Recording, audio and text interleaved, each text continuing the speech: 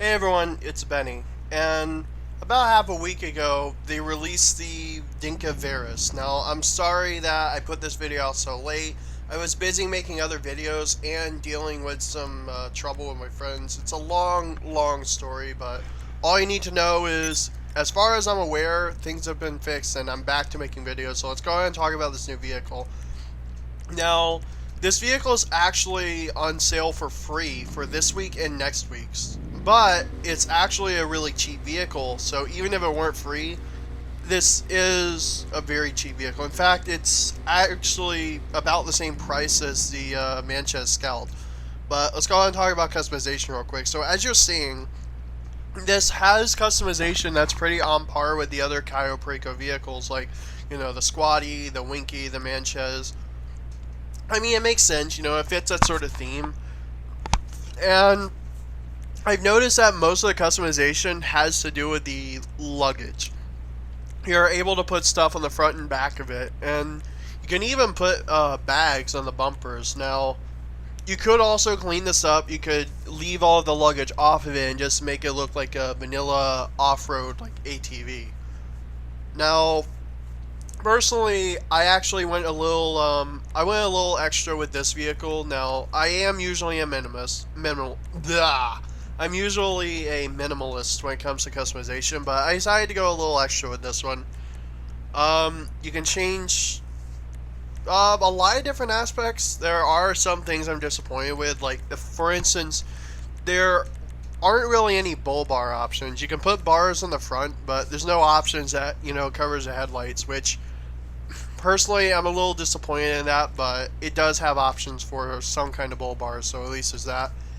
It has all of the old gun running libraries. Something that disappointed me personally was the fact that the Winky was the only Caio Perico vehicle that had special liveries. But whatever, it is what it is.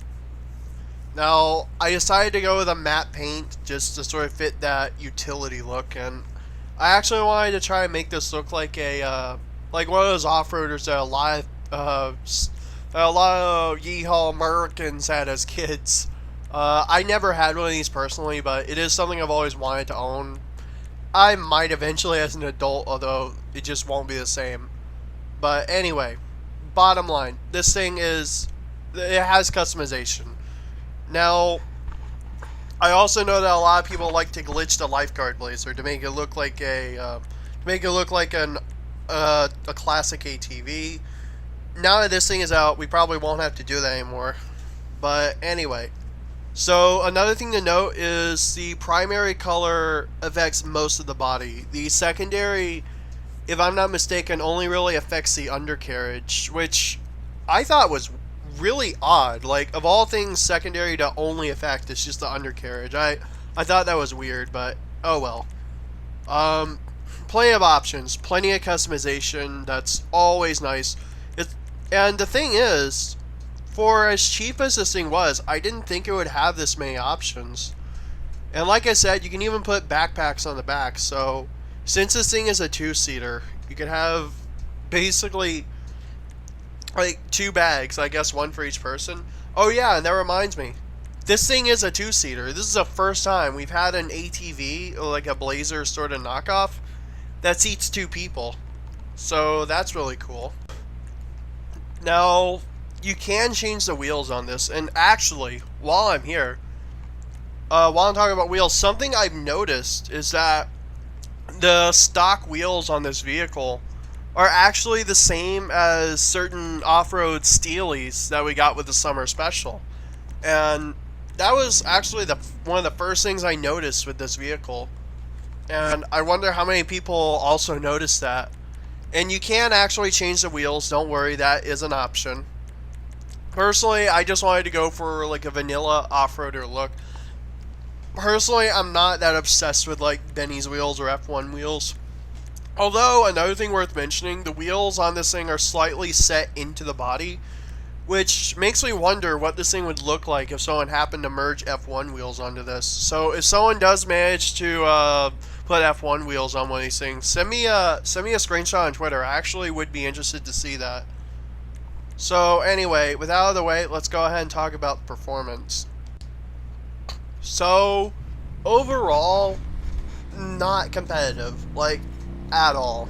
Like, not even gonna lie. And also, since they've recently, or since they went back and added the Manchester Scout to the off-road class and made it, like, you know, raceable, this thing is just not gonna win you any races. But it is actually surprisingly stable off-road, which means even though it's not good for performance, it is great for like just having fun. And also worth mentioning, this would make for some hilarious snapmatics, like, you know, just sitting on a fully like loaded ATV with like maybe some cut off jeans and a tank top, shooting a sawed off shotgun. Like, tell me this is not some of the most American BS you have ever seen.